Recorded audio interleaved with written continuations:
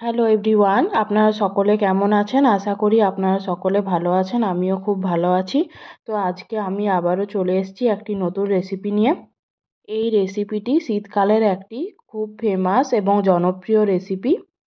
বাচ্চা থেকে বড় সকলেই এটি খেতে খুব পছন্দ করে।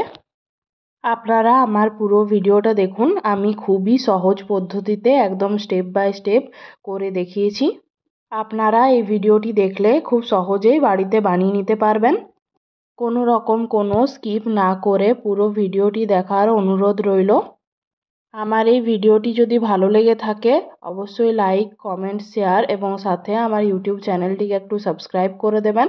আমার ইউটিউব চ্যানেলে অনেক নিত্য নতুন রেসিপি আপলোড করা আছে, আপনারা চাইলে দেখতে পারেন। তো চলুন শুরু করা যাক। দেখুন, এই রেসিপিটি বানানোর জন্য আমি প্রথমেই নিয়ে নিয়েছি মটর কলাই। এরপর আমি মটর কলাইগুলোকে ছাড়িয়ে নিয়েছি। একটা মিক্সিং জারের মধ্যে আদা ও কাঁচা লঙ্কা পেস্ট করে নেব।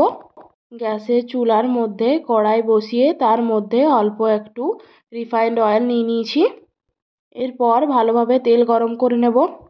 তেল গরম হয়ে যাওয়ার পর তেলের মধ্যে অল্প একটু হিং দিয়ে দিচ্ছি। দেখুন, হিংটা ভালোভাবে ভাজা হয়ে যাওয়ার পর এরপর আগে থেকে বেটে রাখা আদা ও কাঁচা লঙ্কা দিয়ে দিলাম।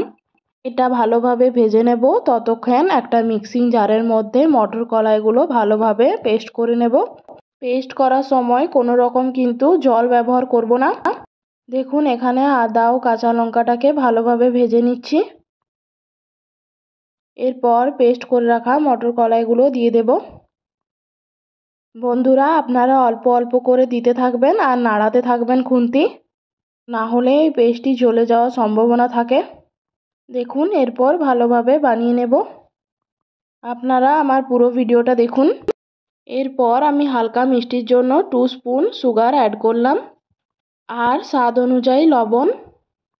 দেখুন, এরপর আবারও ভালোভাবে মিক্স করে নেব। বন্ধুরা, আপনারা চাইলে সুগারটাকে স্কিপও করতে পারেন। দেখুন, নেড়ে চেড়ে ভালোভাবে বানিয়ে নেব পুরটাকে। দেখুন, এটা প্রায় হয়েই এসছে। দেখুন, পুরটা কিন্তু পারফেক্টলি হয়ে গেছে। এরপর আমি একটা পাত্রে তুলে নেব। এরপর আমি একটা পাত্রের মধ্যে নিয়ে নিচ্ছি ময়দা।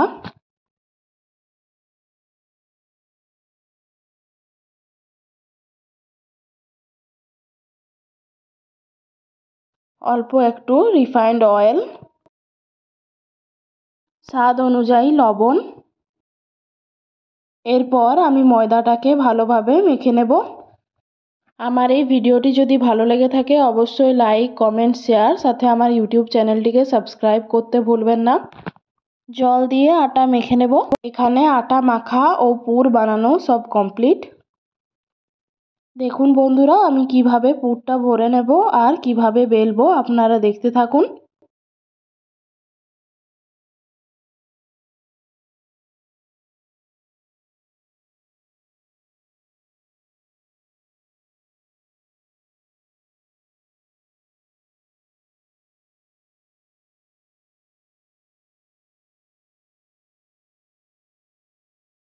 দেখুন আমি কিভাবে বানিয়ে নিচ্ছি, আপনারাও এরকমভাবে বানিয়ে নেবেন। আমি এভাবে সবগুলো বানিয়ে নেব। এরপর আমি গ্যাসের চুলায় একটা কড়াই বসিয়ে তার মধ্যে রিফাইন্ড অয়েল নিয়ে নিচ্ছি। দেখুন, এদিকে তেলটা গরম হতে দিয়ে দিয়েছি। এদিকে আমি সবগুলো বেলে নেব একটা একটা করে। বন্ধুরা, আপনারা দেখতে থাকুন আমি কিভাবে বেলছি। দেখুন, কোনো রকম কিন্তু পুর বের হয়নি। এদিকে তেল গরম হয়ে গেছে। এরপর আমি একটা একটা করে ভেজে নেব। বন্ধুরা, আপনারা তো দেখলেন এই রেসিপিটি বানানো কত সোজা এবং কত অল্প সময়ের মধ্যে আমি এটি বানিয়ে নিলাম। আপনারা অবশ্যই এই রেসিপিটি একবার ট্রাই করবেন এবং ট্রাই করে আমাকে কমেন্টে জানাবেন।